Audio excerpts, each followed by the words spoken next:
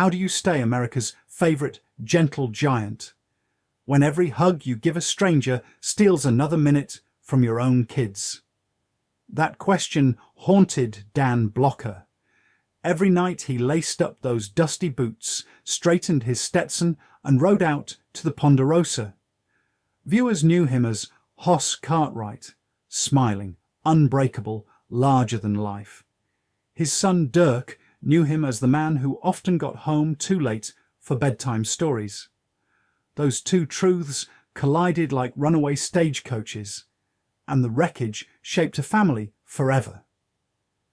But to see why, we have to strip away the primetime glow and walk into Dan's real world, one framed not by camera lights, but by the soft flicker of a living room lamp in the San Fernando Valley, where 4 children waited for a father who was usually hugging someone else's. Stick around, because by the time we're done, you'll understand why Dirk Blocker, now 67 and finally ready to talk, calls fame the sweetest thief our family ever faced. It started with a grin, a goofy, gap-toothed grin that could disarm outlaws and executives with equal ease.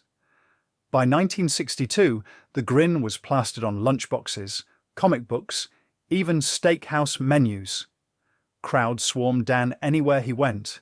Fairgrounds, ballparks, the grocery store. He'd turn, smile, sign, pose, repeat, every handshake polite, every autograph neat. And every time a flashbulb popped, 4 little faces at home lost a few more seconds of dad time. Dan felt that pinch hardest on simple outings. One Sunday he whispered to Dolphia, his wife, "Let's sneak the kids to Disneyland before someone spots Hoss." They never made it past Main Street. Fans blocked the path to the teacups, begging for one more picture. As the camera shutters clicked, Dirk tugged Dan's sleeve and asked if they could ride anything together. Dan just hugged him and said, "We'll try again next time, partner." He meant it, but next time rarely came. Still, if you think Dan simply surrendered to celebrity, you don't know the Texan fire simmering beneath that gentle surface. Most stars of the era fled to Beverly Hills. Dan planted roots in the valley, sun-baked neighborhoods, modest stucco houses, public schools where Little League mattered more than trust funds. Agents called him crazy. Bigger paychecks live north of Mulholland. Dan shook his head. If these schools are good enough for regular kids, they're good enough for mine.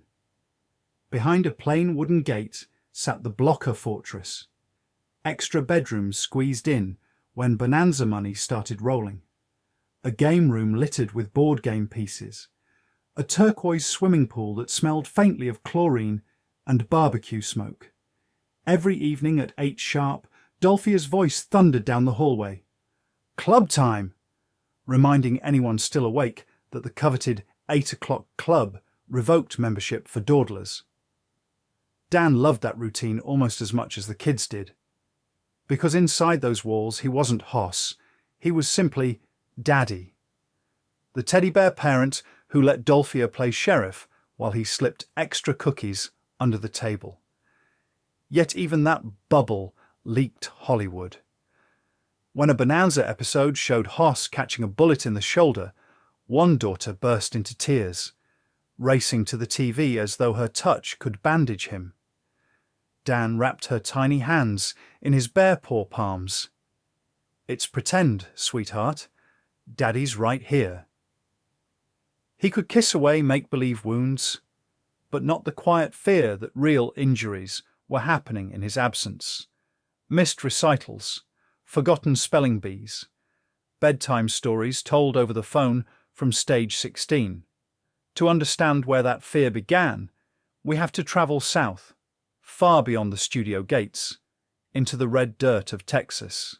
Dan Blocker hit the earth like a dropped anvil on December 10th, 1928, in tiny DeKalb, Texas. His parents ran a grocery store in O'Donnell, narrow aisles, dusty shelves, And exactly 0 hints a future icon was stacking canned beans in the back. But the boy himself was impossible to miss, tallest in every picture, hands like skillets, a laugh that shook window panes. Size wasn't Dan's only superpower.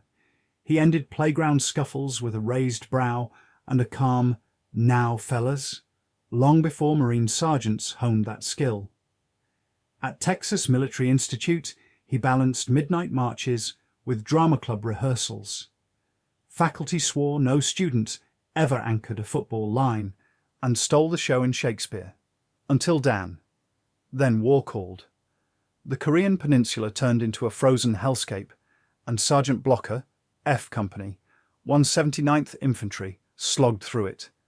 Boots soaked, rifle jammed with mud, Purple Heart earned the hard way. When artillery quieted, Dan kept a single battlefield thought: if I make it home, I'll spend the rest of my life doing things that matter. That vow followed him into classrooms when he returned stateside. He taught English in Sonora, Texas, drama in Carlsbad, New Mexico, substituted wherever budgets ran thin. Students loved him. One recalled, "Mr. Blocker could make reading Beowulf feel like Saturday morning cartoons, but chalk dust ceilings felt low for a man who now dreamed in CinemaScope." So, in 1958, he kissed Dolphia, loaded up an aging Buick, and aimed west, toward a city already drowning in dreamers. Most drowned, but a lucky few caught a wave called Hollywood. At first, Los Angeles barely noticed the giant Texan. Casting directors wrote "Dawn Blocker" on call sheets by mistake. His debut was a Three Stooges space spoof, tinfoil antennas, boing sound effects. Hardly the stuff of legend. Yet Dan didn't flinch. Every silent thug he played on Gunsmoke or The Rifleman paid another gas bill, bought another pair of kids' shoes, chipped one more brick off the mountain between anonymity and stardom.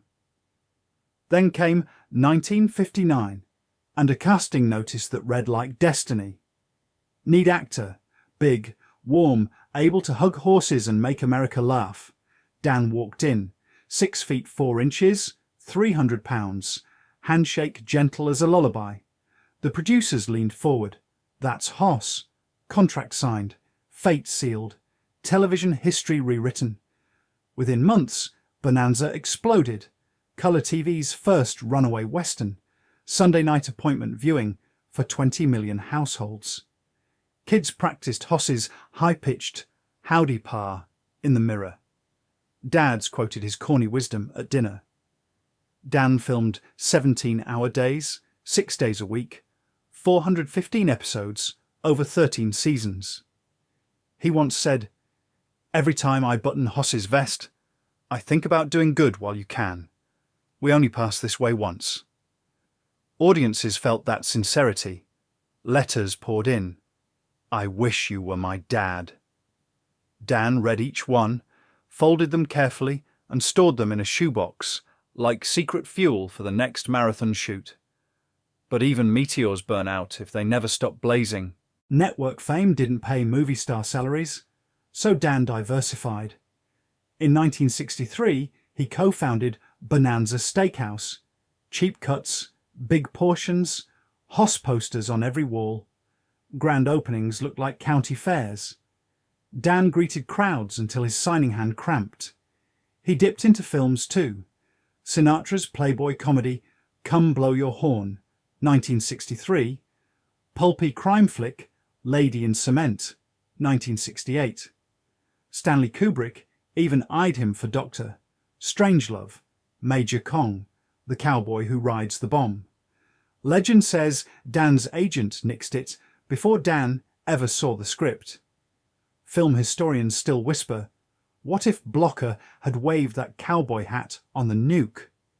Meanwhile, 10-year-old Dirk got his first on-screen gig, a local car commercial, standing proudly beside Dad in crisp Sunday shirts. Dirk doesn't remember the jingle. He remembers the grin on Dan's face when the director yelled, "Great job, son!" That warmth mattered more than Nielsen ratings. Yet, as successes piled up, so did pressure. Quiet, gradual, and dangerously heavy.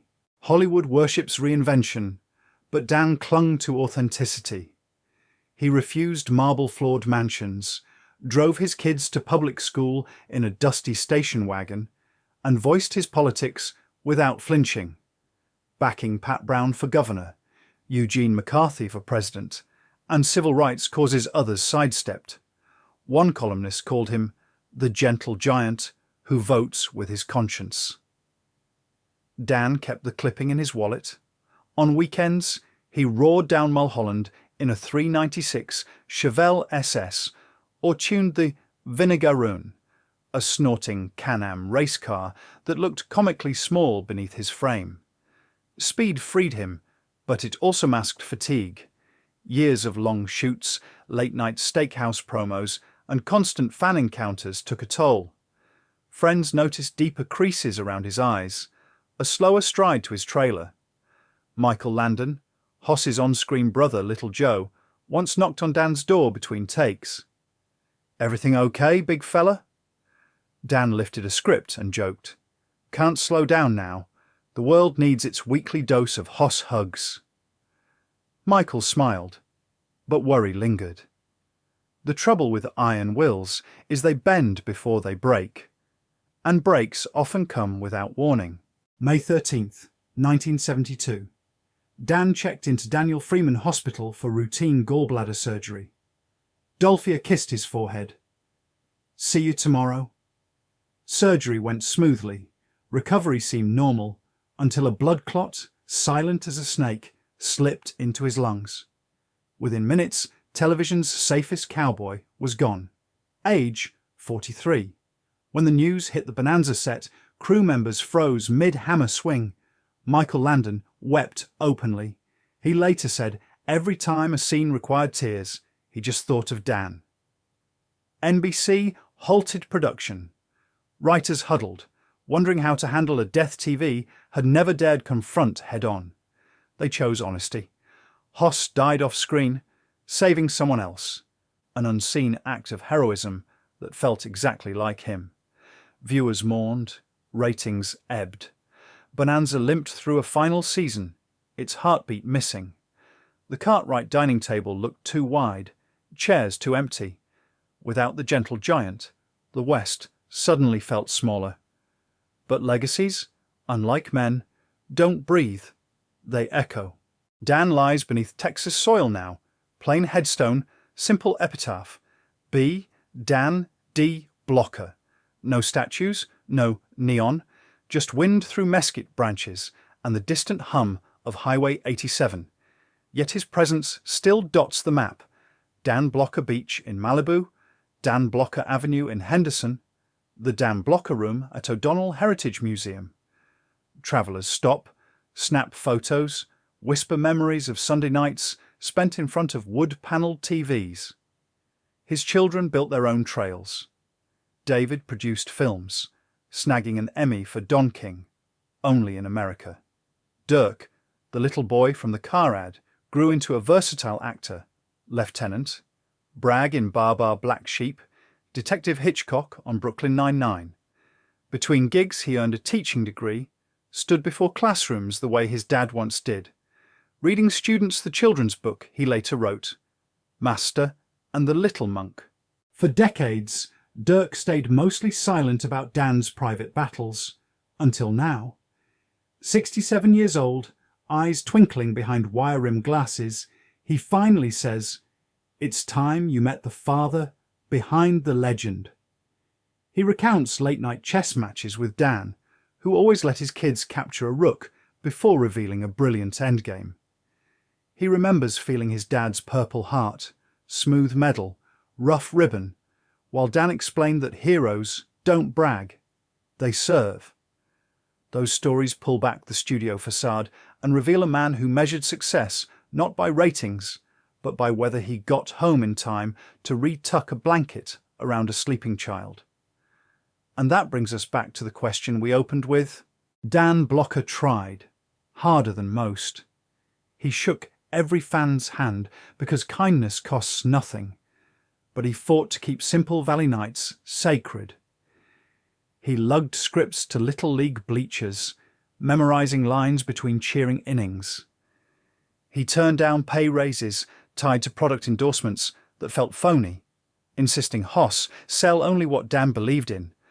Good steaks, good values, good fun. Did he always succeed? Number celebrities stole birthdays and bath time stories. Yet Dirk insists the ledger still favours Dad. Every missed dinner came with a whispered promise. Soon as this shoot wraps, we're fishing at Big Bear. And we did. Dan's life proves heroism isn't capes or cowboy hats. It's showing up when you're exhausted, putting someone else first, even when the spotlight begs for your attention. He played a giant, but his greatest gift was making others feel big in his presence. Kids, fans, crew members, strangers at the supermarket, asking for an autograph at midnight. So the next time syndicated reruns flicker across late-night cable and Hoss Cartwright ambles into a saloon, watch closely. See the twinkle that says the actor behind the cowboy knows the difference between pretend bravery and the real thing.